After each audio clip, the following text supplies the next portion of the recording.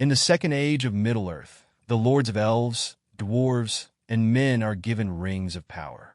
Unbeknownst to them, the Dark Lord Sauron forges the One Ring in Mount Doom, instilling into it a great part of his power in order to dominate the other rings so he might conquer Middle-earth.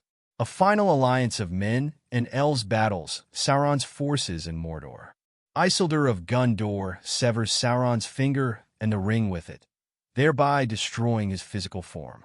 With Sauron's defeat, the Third Age of Middle-earth begins. The ring's influence corrupts Isildur, who takes it for himself. Isildur is later killed by orcs, and the ring is lost for 2,500 years until it is found by Gollum, who owns it for 5 centuries. The ring is then found by a hobbit named Bilbo Baggins, who is unaware of its history. 60 years later, Bilbo celebrates his 111th birthday in the Shire, reuniting with his old friend, the wizard Gandalf the Grey. Bilbo reveals that he intends to leave the Shire for one last adventure, and he leaves his inheritance, including the ring, to his nephew Frodo. Gandalf investigates the ring, discovers its true nature, and learns that Gollum was captured and tortured by Sauron's orcs.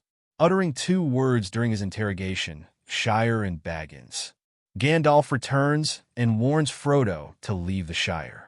As Frodo departs with his friend, gardener Samwise Gamgee, Gandalf rides to Isengard to meet with the wizard Saruman. But Gandalf learns that Saruman has joined forces with Sauron, who has dispatched his 9 undead Nazgul to find Frodo. Frodo and Sam are joined by fellow hobbits Merry and Pippin, and they evade the Nazgul before arriving in Bree, where they are meant to meet Gandalf. However, Gandalf never arrives, having been taken prisoner by Saruman. The hobbits are then aided by a ranger named Strider, who promises to escort them to Rivendell. However, they are ambushed by the Nazgul, and their leader, the Witch King, stabs Frodo with a Morgul blade. Arwen, an elf, rescues Frodo, summoning floodwaters that sweep the Nazgul away.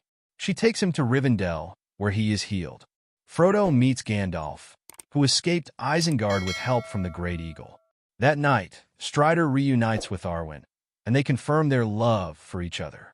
Arwen's father, Lord Elrond, holds a council that decides the ring must be destroyed in Mount Doom. Frodo volunteers to take the ring, accompanied by Gandalf, Sam, Merry, Pippin, Legolas, Gimli, Boromir of Gondor, and Strider, who is revealed to be Aragorn, Isildur's heir and the rightful king of Gondor.